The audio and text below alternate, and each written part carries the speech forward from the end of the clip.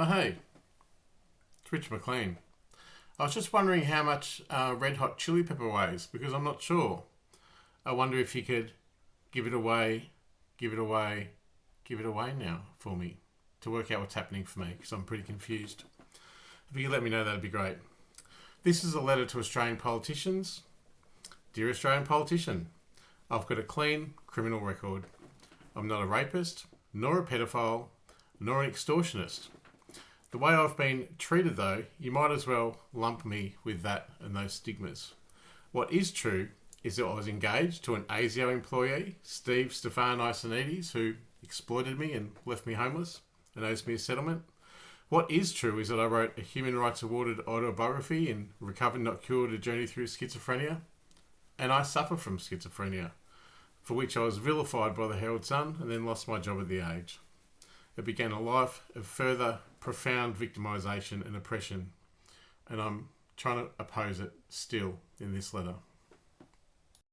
Some brief points, here we go. I've never ever had a lawyer to take my issues to task, and that's in opposition to the Charter of Human Rights of People with a Disability that says we must have equality before and access to the law. I've been banned at AFCA, losing a potential over $2 million. I was rejected at the Australian Human Rights Commission, losing my TPD insurance and income protection, where it was not impartially free kick to the opposition. I can't go to police about any of these things. I'm a rejected whistleblower. I've got a public profile of someone with a mental illness, but I'm vilified for it. I've been literally violently attacked, the shit kicked out of me and hospitalised with broken bones and slashings. The Victoria Police literally ran me out of town with the Mental Health Act when I was living in poverty from this persecution. And from there I was run over by a car and my dog was run over as well. I've recorded agents, who are they? Surveilling my house. I've been hospitalised where I suicided and there's zero recourse for that. I now suffer a brain impairment plus already suffering from schizophrenia, which I think is an extra reason why you should treat me with a little bit of kindness and some equality. I already suffer. My home was destroyed and all its contents, and that was overseen by the hospital that was caring for me and the police that was supposed to be caring for me. I was rendered homeless without any support or help. My former partner owes me a settlement, Steve Iasonidis, but he worked for ASIO and the government protect him like ASIC and Centrelink and the tax office. I've failed not one, but 2 work cover cases. And I've been rejected my income assist from HCF after I got ill from work. My own child sexual abuse case was cited by a Geelong Vocrat magistrate as doomed to fail, which is kind of colourful language for a sexual abuse survivor. And I've had a valid malpractice complaint in 2017 and its evidence silenced by a powerful lawyer, Russell Ball, at the Health Complaints Commissioner, the Mental Health Complaints Commissioner, the Police, the Victorian Inspectorate, IBAC, APRA, NHPOPC, up and to including the Commonwealth Ombudsman, where he informs, and I'm a failed whistleblower. I want to start off with a belief statement that it will get better because the opposite of that will be literally me dying by a violence of neglect. So let's get this out of the way and do better so that I may do better. Without employing any bathos or attempting to be dramatic, my journey's been difficult. I've been toyed with as a kid, rejected, ostracised, taken advantage of, discriminated against, vilified, set up to fail, violently beaten up and hospitalised, been beaten up inside a hospital, mowed down in the street by police, as I said, run out of town by police from my home, sexually assaulted, drugged, rejected legal help, fired, had every single thing I owned destroyed, overseen by police in the hospital caring for me. Then I was rejected into a homelessness shelter without any help whatsoever. My belief statement is that this will get better because the opposite of that will be me dying as a violence of neglect. So let's get this out of the way and let me do better. Let's all do better. Without employing bathos or attempting to be dramatic, my journey's been difficult. I've been toyed with as a kid, rejected, ostracised, taken advantage of, discriminated against, vilified, set up to fail, violently beaten up and hospitalised, been beaten up inside or hospitalised, mowed down in the street, I suspect by police, run out of town by police from my home, sexually assaulted, drugged, rejected legal help, fired, single thing I owned destroyed, and this was overseen by the police and the hospital that was supposedly be caring for me. I tried to kill myself because of the years-long abuse. It was a success, and I was found by accident and revived from death inside Werribee Mercy Hospital in February 2021. Right now, after a 50th birthday I spent alone without enough food or medicine, I'm right at the end of my fuse to continue living a life with so little in poverty with no equity or equality. No one can help me. Despite this difficult life of clearly being exploited, and I'm neither stupid nor delusional and have a PhD, sometimes I do get delusional, I've worked hard in my life with an honest heart. I've advocated for the mentally ill and their carers for over 30 years, and I simply wish to live so that I can serve with my knowledge again. I've been exploited for identifying with illness, and it's prejudice, discrimination, and it's also shame, but it's not a shame that's mine to embody. Can you please indulge this letter in advocacy for me continuing to live? I promise I'm worth it. Beyond a simple life, I've created a trust fund to channel any potential prosperity into gifting meaningful experiences to the marginalised and the powerless and the voiceless. I still believe it's not enough to ignore tyranny and fascism. We're required to embody anti-fascism in our hearts and minds and our lives with education and heartfelt honesty. My nemesis, it seems, as will be explained, is the Australian government, and as a politician I draw on your sense of equity, equality and fairness as politicians within the government to call out corruption and bullying that appeals to your sense of democracy as a reason you're in your role. This will allow me to live and give again, because if nothing is done, I reckon I'm going to die.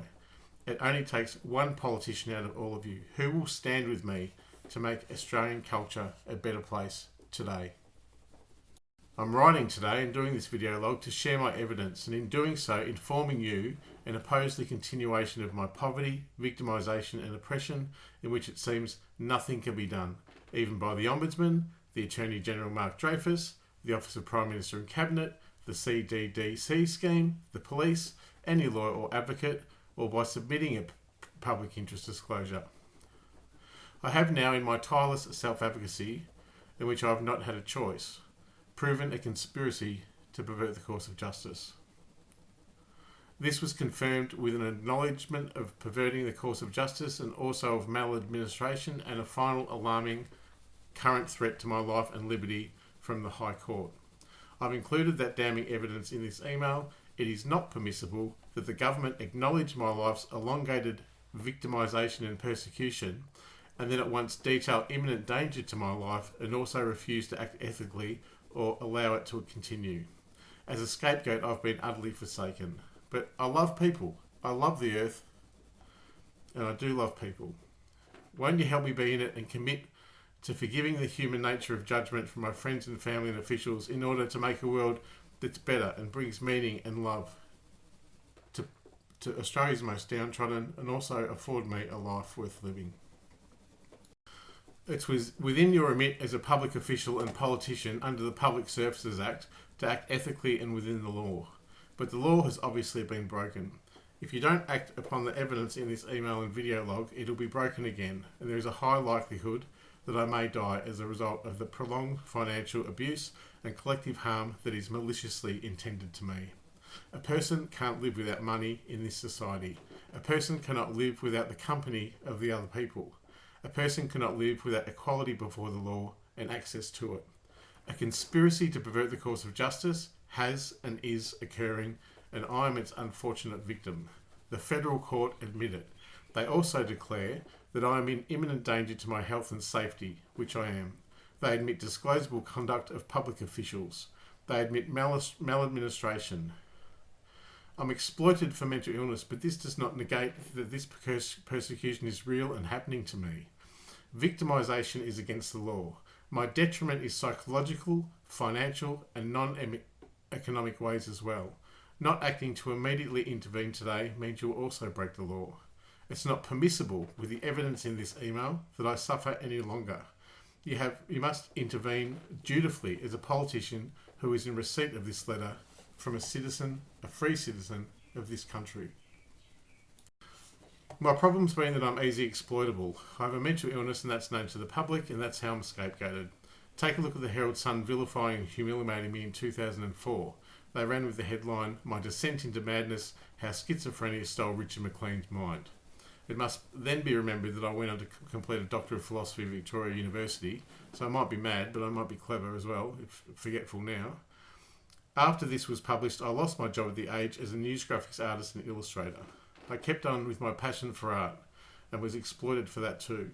I went on to work in mental health advocacy for 30 years, and my work was fiercely independent, and I advocated for the marginalised in a secular fashion and amplified the voices of the voiceless, and it was a privilege to serve Australia, from Dubbo to Warrnambool to Canberra and Parliament House in Canberra, to Melbourne, Sydney, ABC National, Triple J, Triple R, Dateline, Good Morning Australia, the drug debate on SBS, and dozens of other live radio guest speaking appearances. I did dozens more conversations with people in all walks of life at local, state and federal and even international levels over at the McGill University in Montreal. I spoke at high schools, universities, community groups, town hall, the Early Psychosis Prevention Centre, and in and around the public service. That's my record. That's what I do with my heart. That's how I care for people. I'm heart-led, but I'm made out to be the bad guy. The truth is, the political privilege and money rule. I found out the hard way, and that my kindness was exploited. It's come to pass that I've been scrutinised, identified, victimised, vilified, and abused. Bullying needs to be called out. My nemesis are Steve Iasonidis, Russell Ball, Mark Dreyfus, Anthony Albanese, Tim Goss, Liz Linsberg, Sheena Jack, amongst many more. Many have neglected to intervene in my now self-advocacy and opposed my comfort, my liberties, my compensations, and they have robbed me blind, intentionally and consciously reducting my prosperity systemically and politically. It's criminal, and I have the proof. It's my consensus that the same political structures that elongate my poverty and disadvantage today are the same ones that drove me to suicide, and for that reason, me being revived from certain death means a conspiracy to murder happened. I can report that mental illness was never the cause of my suicide attempt, and these systems of oppression cleverly exploit my courageous vulnerability of writing an autobiography.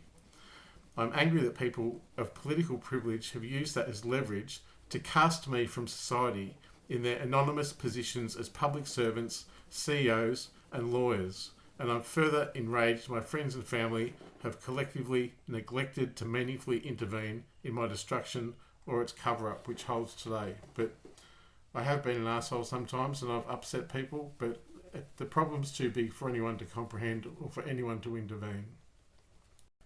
On 7th of March 2023, I made a public interest disclosure to an individual who was able to receive a disclosure in the CEO and Principal Registrar of the Federal Court, Sia Lagos, at email address sia.lagos@fedcourt.gov.au. I was opposing what I experienced as the systemic and elongated victimisation that I've suffered over a long time, and the psychometric profiling of me by the government, which has led to immeasurable suffering and detriment and financial reduction of any prosperity I may have been entitled to. Scott Treadwell, a representative from the Federal Court, replied to my public interest disclosure by acknowledging that I was able to make it and that it stated he is satisfied I'm an employee of the Department of Social Security. That alone should have decreed that I was paid my work cover, because they refused it on account of me not being an employee for the purposes of the SRC Act.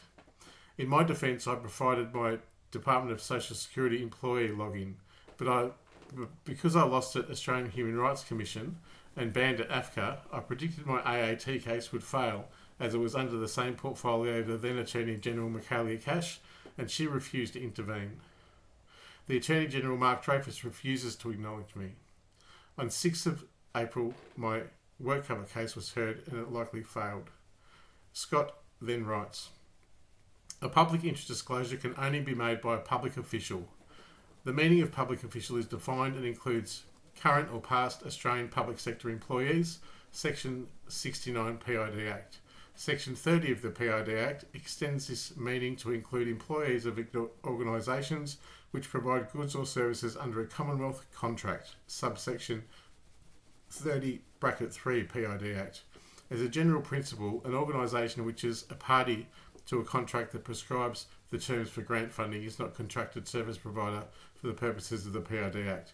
On the information you have provided me, I am satisfied that you are or were an employee with the Department of Social Services, providing services under the trading name Rich Mclean, Arts Life Coach, Peer Support Worker and Mental Health Advocate. So it's an intolerable situation. At the same time that I'm being harmed by the government now finally acknowledges disclosable conduct of public officials as relates to me, and that harm and imminent danger have happened and is currently happening to me. I can't believe it. I submitted a PID to the federal court and they've replied without granting me whistleblower status. But they went so far to admit perversion of the course of justice, maladministration, and further that I'm in danger in the following. I'm satisfied from the correspondence and other information provided that you believe the information you have disclosed tends to show one or instances of conduct that perverts or engaged to pervert in purposes of perverting or attempting to pervert the course of justice, conduct that constitutes maladministration, and conduct that unreasonably results in the danger to the health or safety of one or more persons, or unreasonably results in or increases a risk of danger to the health and safety of one or more persons. Further, he says, I am prepared to assume that the conduct disclosed in your correspondence and other information received is disclosable conduct for the purposes of the PID or Public Interest Disclosure Act, but they still refuse to protect me. I've got a clean criminal record, but I've experienced being jailed physically and also being bound and financially gagged as a political prisoner and a scapegoat, and as an individual of interest who has been categorically nuclear character assassinated. If I'm collectively scapegoated by every politician who represents my nemesis of the Australian government, then I will wholeheartedly, and I wrote this the other day, will commit within the next month to take a long walk off a short pier. The danger is happening to me. I've been robbed, I've been abused, I've been forsaken. I fear I'm infamous. I just want to have a good life. I want to live so I can serve again. Surely every Australian politician can't ignore this message. It's true I've already tried to attempt suicide in February 2021 in Werribee Mercy Hospital as a result of not singularly of mental illness, but the elongated financial oppression and rendering me a vagrant which stemmed from powerful political key stakeholders in individuals that the government supported. Upon then being revived from certain death after being found accidentally with no observable pulse, unresponsive, and released weeks later, the clinical notes which the hospital needed to name to justify my being incarcerated said that my illness was adjustment disorder. This was a fancy way of saying a delayed reaction to actual stress. That's right, real events. And additionally that there had been no evidence of psychosis nor delusion, as my previous diagnosis of schizophrenia would have anyone incorrectly assumed. I was not crazy. The suicide attempt was a proportional reaction to immeasurable harm and factual abuse and financial destruction that was maliciously intended upon me. To this day, that victimisation is still occurring, and that is still the case. Scott Treadwell then continues. It's difficult to determine whether this belief is based on reasonable grounds or not. However, for the purposes of the initial assessment, I'm prepared to assume that the conduct disclosed in your correspondence and other information received is disclosable conduct for the purposes of the PID Act. I can't believe it. Correct me if I'm wrong, but disclosable conduct actually needs investigation, shouldn't it?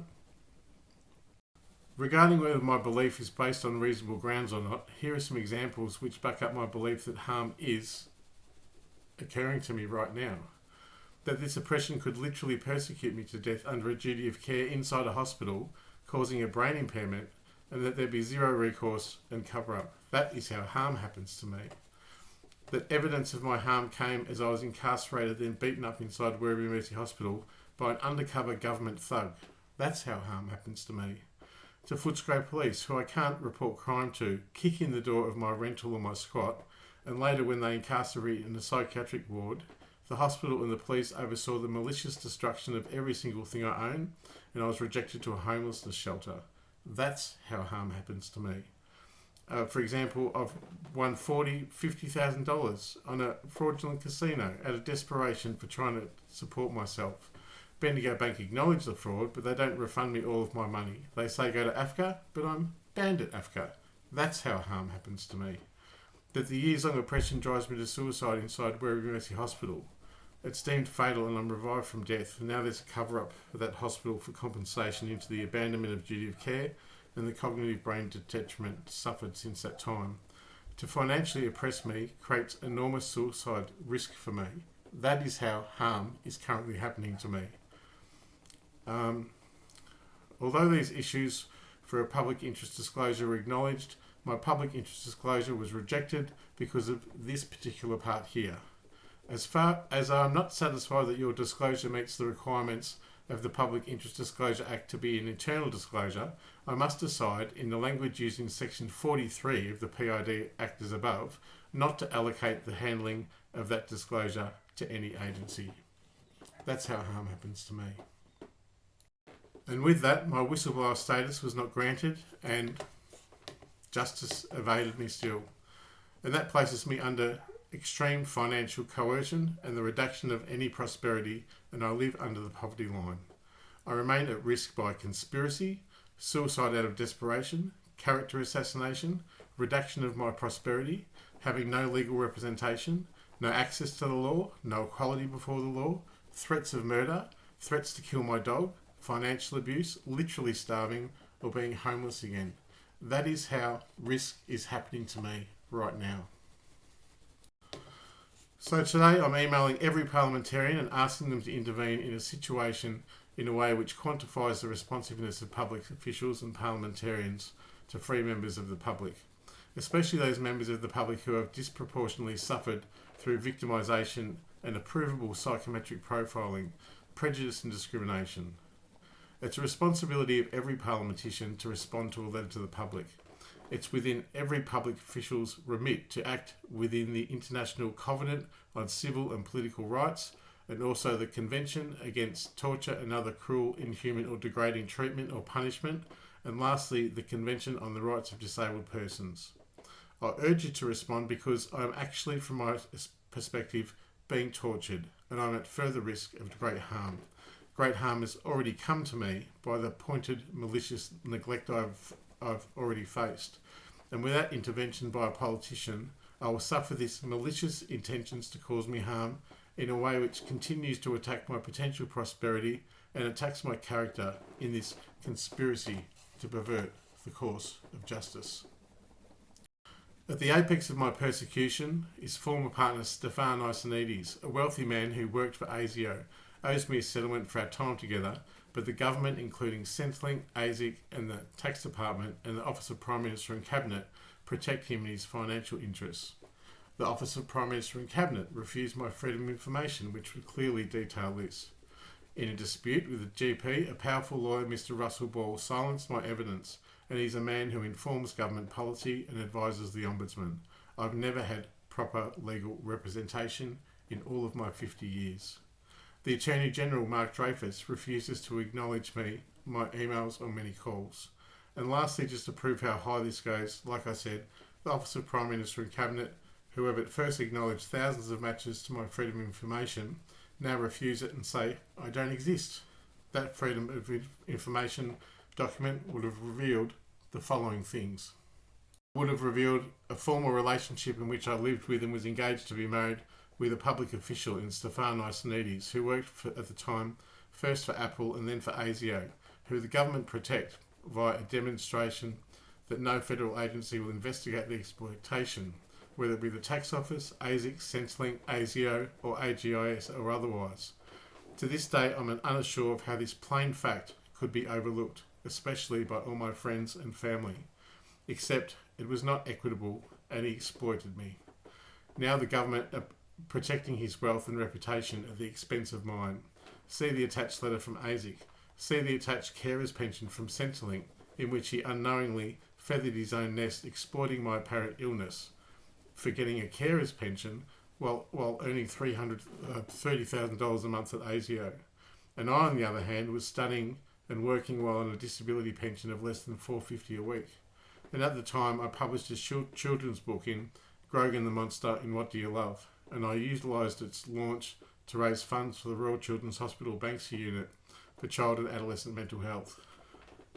My perspective was using creativity for good and sticking up for the underdog.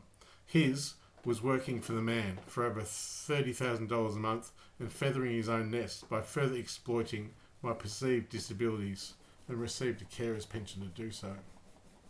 That would reveal that I'm a person of public interest and public profile because of my Human Rights Awarded autobiography I wrote.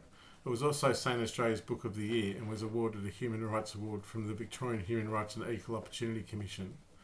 It would also be revealed that I was a former illustrator for both the Herald Sun and the Age. The former vilified me, as I said, and the latter fired me.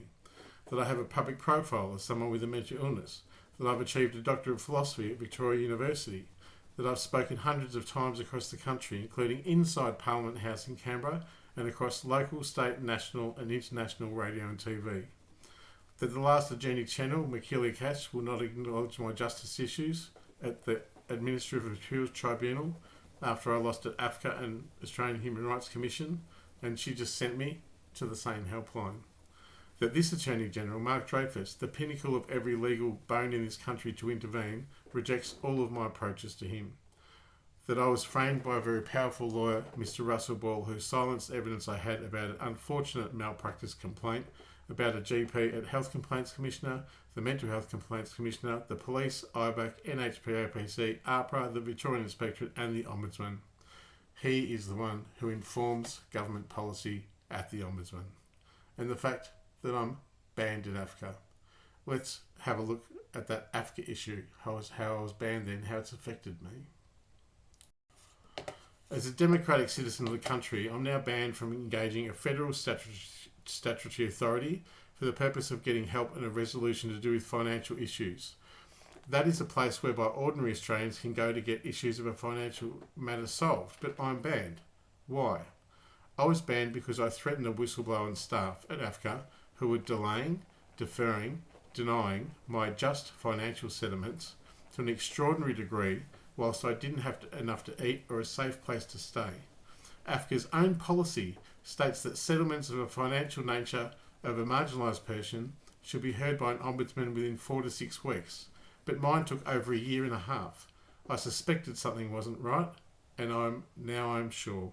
I can prove it with evidence, and I have in this email. I sometimes record things because the nature of my illness puts me at a high level of uncertainty. One of those recordings is of Tim Goss, Head of Service Delivery at AFCA, who is clearly gaslighting my way into financial oblivion and does so with the conceited audacity of someone who, as opposed to me, does not have money problems or justice issues. In the end, he was well aware of what he was doing in a conscious and malicious way in which to redact prosperity from me and cause me damage. This problem for me was and is systemic, and it's political and action by senior public officials in high levels of government, and it's linked with my public profile, and because the things I have to say threaten the state of things. It's also victimising me, and victimisation is against the law. The legal definition of victimisation is when someone subjects or threatens to subject the other person to any detriment. And let's look at detriment. What actually is the detriment that I've suffered? There can be detriment relating to personal injury, including mental injury and personal injury loss.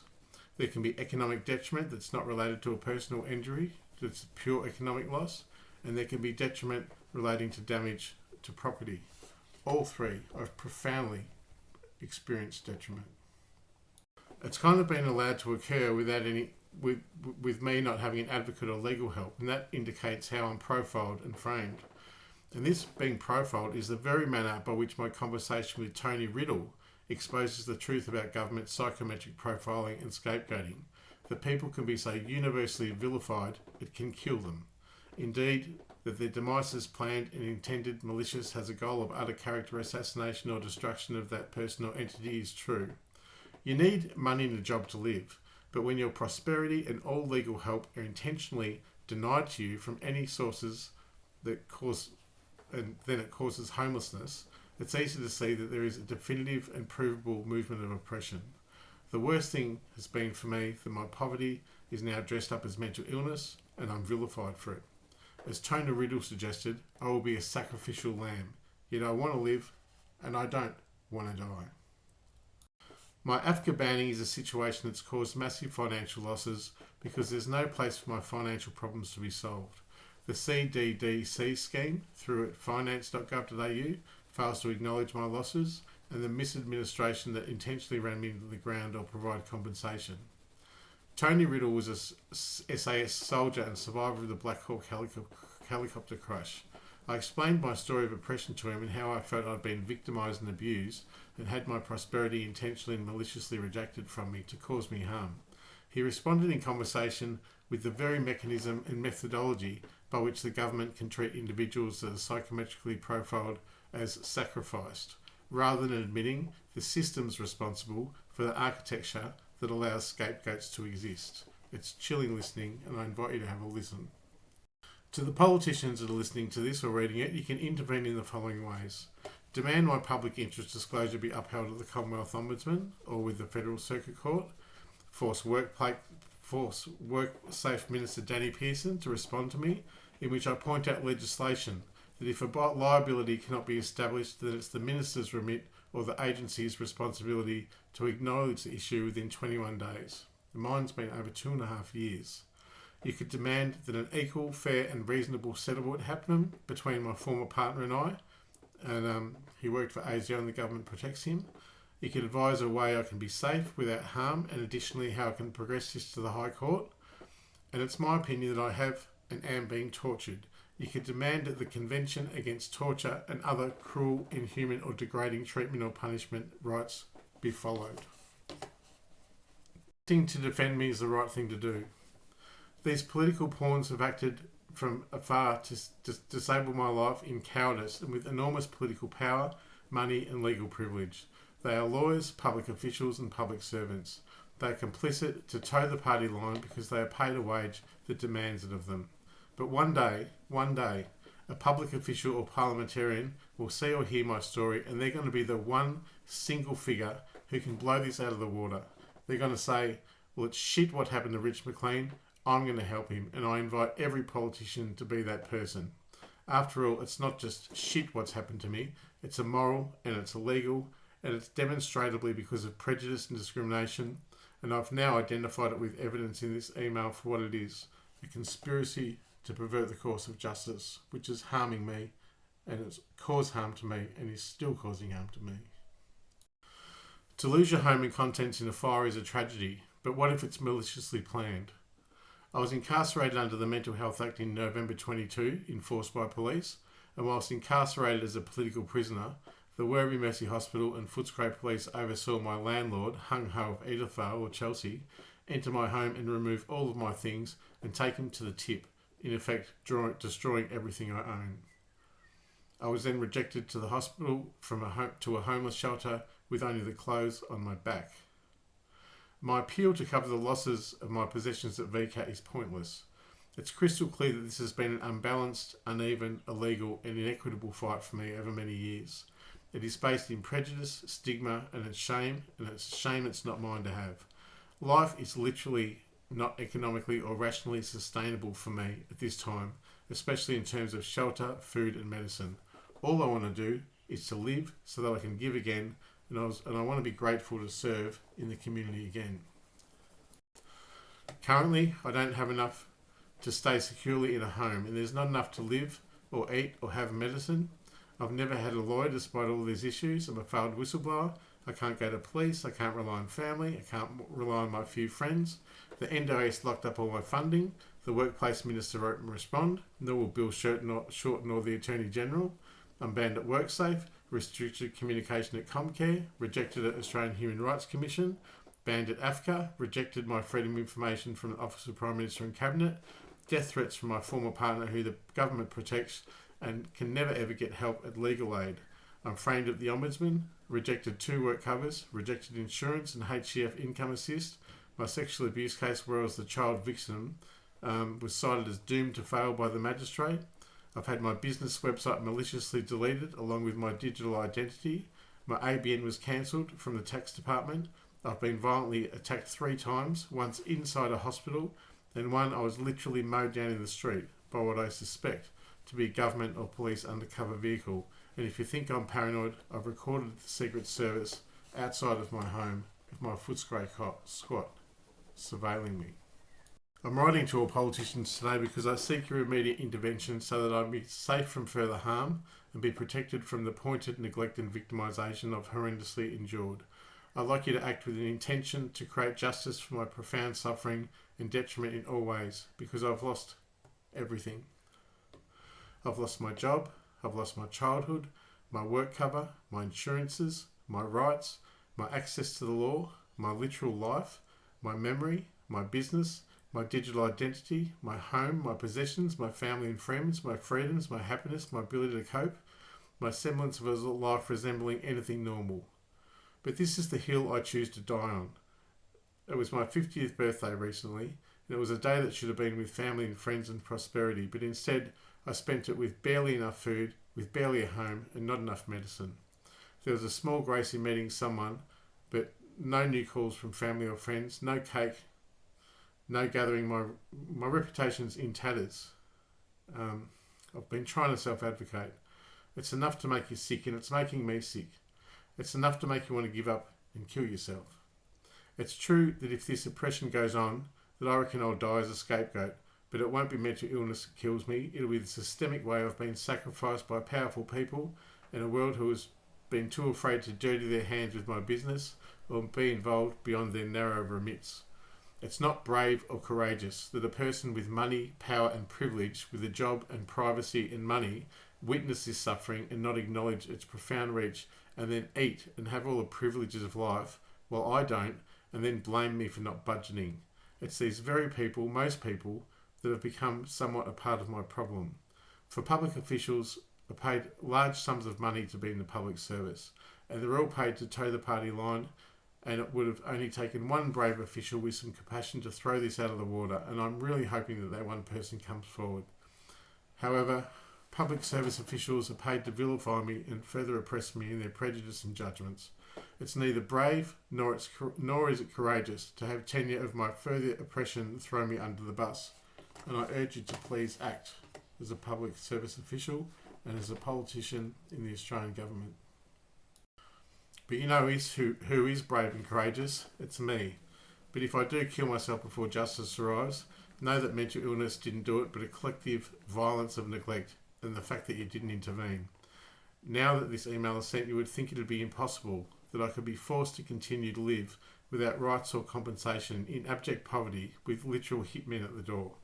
I hope that's true, otherwise I'll either be killed or oppressed to death by universal violence and neglect. And I'm signing it off, Dr. Rich Mclean. All I want to do is live in the community so that I can serve it again, as I've demonstrated for years. I ask all public service officials and people in positions of public office to react to this ethically, and please grant me whistleblower protection, because without it and without any equality before the law or access to the law, I'm a sitting duck and I don't want to die. Thanks.